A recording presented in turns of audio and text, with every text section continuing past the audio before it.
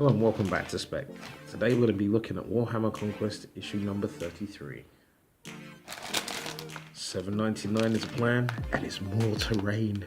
Yes. Been waiting for this once again. So let's get this open, go from there. Okay, more terrain. So I had a question, effectively asking me how do I paint my terrain. What I'll do is I'll build this, and I'll probably do like a quick brush, I don't say brush, but like sponge tutorial. It takes minutes, honestly. It's plenty of fun, and you've seen the stuff previously. But nice chunky plastics there again. Clean, no issues, no problems. I mean, that's going to take minutes to put together. You already see. This is going to be great fun. I can't believe if it wasn't for Conquest magazines, terrain would hold no interest to me. I tend to make my own, and if I do have anything that comes with a box set, then fine, but otherwise, you know, spending like 20 to 30 quid just for a piece of terrain is not really, it's great, it does have practical applications, but for $7.99 and you're getting all this free information, that's just a win, that's just a super win. So I'll get that together and we'll have a look at that later. Alright, so continuing, what do we have? So we've got our lore history, we've got information on chapter masters, really important, honor guards, cities of the Imperium, death from above, thematic plasma conduits, colouring, painting, and using rules. That'd be interesting to see what they do with them and protect the pipeline. So it's back to that narrative story which they're building, which is, as I've said before, it's a really good thing about this magazine. It just gives your games directions, and I think it's building into something quite impressive. As I said, I've been playing along, and if you use the rules as given in the magazine, the outcome is not always as obvious as what you think it will be, and it works narratively. Alright, okay, so we're looking at chapter masters, what it takes to become a chapter master. I mean, you've got to be the best of the best. You're the embodiment of your Primarch. And I think one of the best ones, most well-known ones here, but they haven't actually given you that, is Dante. I'm not going to get salty, I'm not going to get mad. I'm just saying, like, clearly, you know, they saved the best till last. That's what I'm kind of hoping. But yeah, if you've got a Primarch, you think of that Primarch being like a demigod. These guys are just like the direct children of them, or you know, as close as possible as you could get from human conversion to a Primarch. They contain more of their Primarch father. They don't have the same kind of size, but they're just as deadly on the field and tactically strategic, all those kind of things. It's quite good, so you get a chance to go through that a little bit later. So we have our Honor Guard. These guys are designed to protect the chapter masters. They don't leave their sides. They ensure this is safety. It's important, and these guys are great. It's always worth just having them around. The rule sets for them have changed over the different editions, but having them there to take that hit for your chapter master kind of gives extra wounds if you're playing it from a game sense. So you can see there are the Primaris versions there of the Victrix Guard, and they do look very nice. I think remember the channel's name. I'll put a link up here when I can remember it. So we've got cities of the Imperium. So we've got like laws, structure there. Just having a quick look at the artwork, because a lot of time you think with this kind of like ideal, we're in space, we're creating war, we're taking over planets, you'll think there'll be so much resources, but the population is so dense that it's kind of like you have those that have and those that have not, and those that have not really have like grueling lives. They're barely surviving, and just above them, slightly above them, in these like hive cities where they're structured like stacked on top of each other. So the closer you are to the top, the more prestige you have, the more wealth you have, the air's cleaner, all these kind of things, just small little things. It's like they're in a totally different world. I mean, you almost have princes and rulers of the planets and living on these same worlds where you have like what can I call them? Like lawless gangs. It's so weird to think of all that can exist all on one city which is almost continent size. It's amazing, but things are still grim, as you can see there. It really does affect the world, or worlds I should say. And there's a lovely picture there kind of showing you the layers and people that have never been involved, servitors, prisoners, you know, all the things dedicated to working to help the Imperium grow. It's crazy. Okay, talking of blood angels, here we go lads. Wait a minute, there we go. So death from above. Now I wonder if they're going to talk about drop pods. So have a look at this. This is talking about one of the battles that occurred, and you see there blood angels there, the assault of Terminators. Look, behold, Terminators, assault Terminators, blood angels. Enough said, finished. You can see there, I'm never going to spoil that for you because this is just excellent. Yeah, those Black Legion are dead. I mean, just enough said. Blood angels, they're my boys. Ninth Legion all the way. You know what? What's your Legion? I'd love to know what your Legion is. Kind of gone on a tangent there. But they're epic.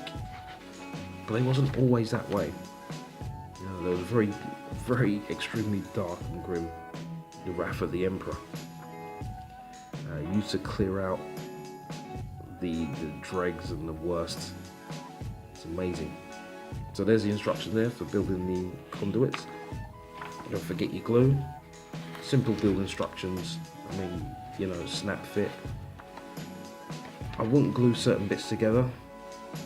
It doesn't say to glue them together, but you can use those extra parts. Or even if you don't glue the two halves together, if you put that on like a piece of terrain and put it on top and put dirt on the side, you can make it look like the pipe is half buried, and you can double that out so you can have two rather than one.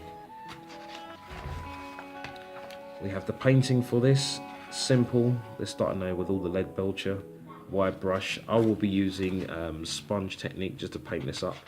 Start off with black, just quick spray, and then just get a sponge and rust it out, and just slightly touch on bits of silver with a sponge. It works really well. So they're nice and clean. Okay, so the barricades, how it works in combat, how it's used, locations and places, which actually match up on the map. You can see there, so it's showing you where to place them anyway. It tells you the rules of how they act as a barricade and how they work, but also they can actually overload if there's an issue. Missions moving forward there, mind the squeaky door. So the missions moving on there, protecting a pipeline, just giving you a bit of info. And again, I love the way that they weave in the story. Hi, morning, how you doing? Okay. Good. Can I help you now? Okay, well, Since I'm awake. since you're awake, okay. Well, you're just going to guide your camera, okay? Okay. Alright, and you could just watch. So I've got the pipes there, as we can see, leading the story. You can tell my #1 defender is here. And that narrative increase and improvement is actually really good. I'm talking in circles there, sorry about it guys, got a bit distracted. So mission here, draining and power, 5 Plague Marines, 12 Pots Walkers, Foul Blight Spawn, Tainted Cohort, Methitic Blight Hauler, 5 Intercessors, 2 Hellblasters, 5 Reavers, Primaris Librarian, and Redemptor Dreadnought. Every time I see the Redemptor Dreadnought, I automatically think, you know, it's pretty much game over. But it's not that easy. Remember, you're wounding on 5s in most cases, so most of your shots will go to waste. I try not to play the beta bolter rule. For those of you with the chapter approved upcoming, you'll see that. But it was in the White Dwarf. But if you stick to the actual rules, everything is really balanced. You can see there's your objectives, and controlling those objectives give you points. Again, pushing the story forward, which will update on that map. So, our next issue, issue number 34, we have Plague Casters, which is really important.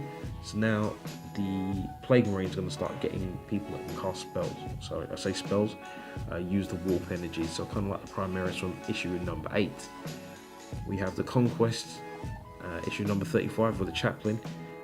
This is, I know right, this is awesome. I'm waiting for this issue to come up, and I probably will grab more than one, and if I can, it'll more than likely be for a giveaway, a future giveaway. Okay, so what I'm going to do is put together the terrain, paint it up, and come back. Setting up the terrain and how I want to paint this is going to be very quick. What I've done is I put together the pipes as per the Conquest magazine, and I've added a little bit of Gorilla Glue gel. This is the best stuff ever. There are many other makes out there, but that's the best. Got me for a sponsor. Just a little bit, just to keep the items together, because we're going to paint them very rapidly. First thing what I want to note is I want to kind of keep them this colour, so I'm going to start off very simple. Piece of sponge, 2 separate pieces.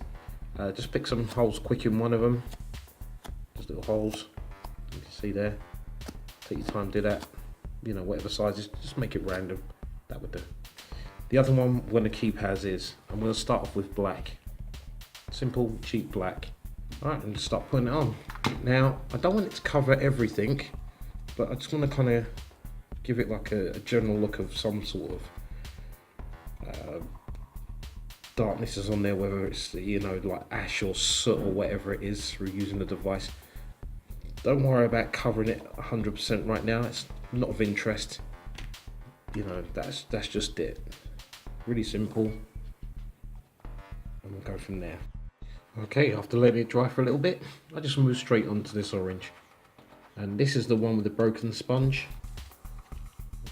Pat it out a bit. And we're not going to go too thick, just a little bit light. I'm just going to just dab it on, and just all over. Don't worry about how it's looking right now, just dab it on. Notice there's not too little or too much. And it seems quite intense now, but once it dries back down, it just kind of just looks rusty. You could strategically place this in particular areas, but when I do this, I really don't worry about it too much. Okay, just a little something there.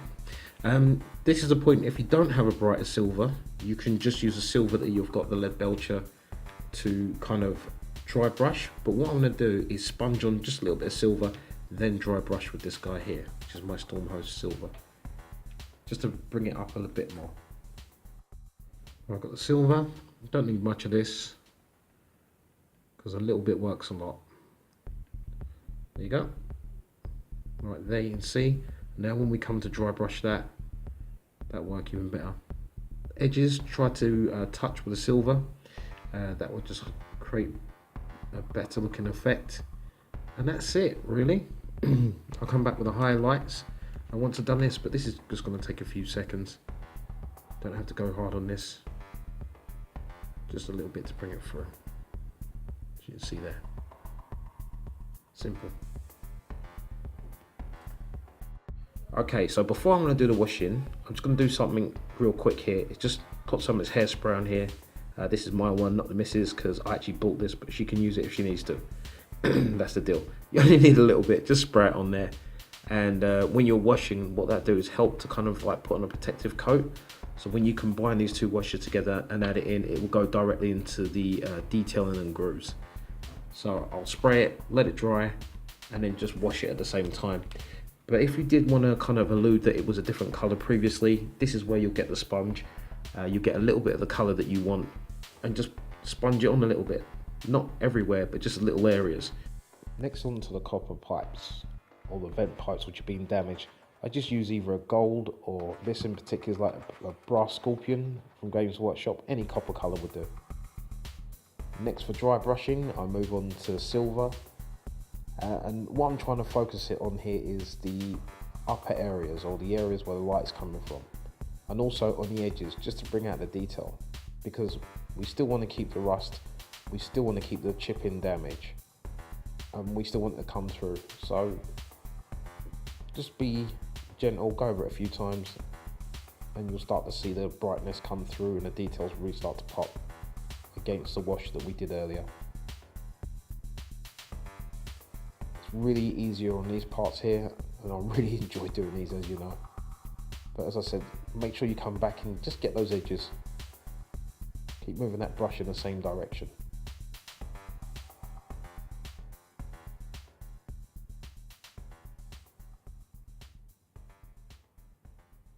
can really start to see the detail here. It's really clear. Moving on to the events which are working, or the plasma coils which are working, I always kind of do my plasma now as a white hot ever since I'm doing the Hell Blasters from the previous magazine. So I just come in here with a white first of all, get that in as a base. You might have to go a little bit thick, but just fill it all in totally, fill in the gaps.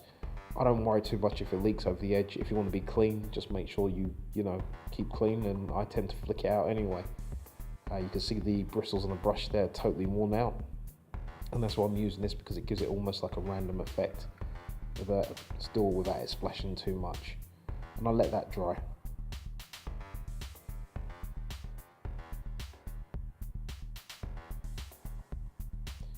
I come in with a Lamenter's yellow, which is a glaze. I tried this with a watered down yellow and it didn't work too well, so I actually stick with the glaze, and I just generously add it in and fill in all the recesses, fill in the light at the edge, make it look like it's just so bright and intense it's just leaking out over the side, or whatever it may be, whatever the state of material is, liquid or solid or gas or whatever, energy, I don't care, it just looks good. After that's dried, I come back in again with the white. I'll just dry brush it and just kind of stick to the center of the coils just to make it pop. And you'll start to see it hasn't taken very long. I mean, this whole project's taken maybe 7-8 minutes with a dryer, and here's what it looks like all together. As you can see, everything stands out, but here's a real bonus. I told you to glue it together with a little bit of glue. Now you're about to double the amount of terrain you have, or double the surface area you could cover even. As long as you have like a material underneath which you can claim the items buried within, you can put this right across your board. That little bit of terrain now does a lot of work, and I'm really happy with that.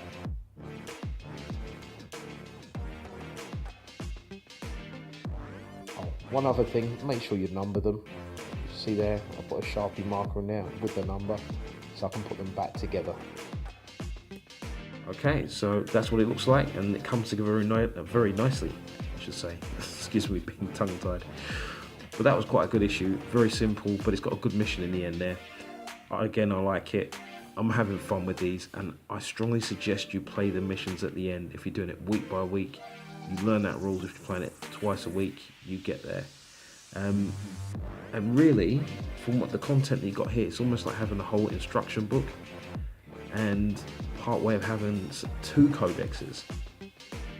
So if you're here at this point, you'll probably realise you've got about 1,000 points for both armies, and I'll discuss how to expand that and move on from there. But anyway, this has been Spekd. I've enjoyed my time, hope you enjoyed your time. PC out.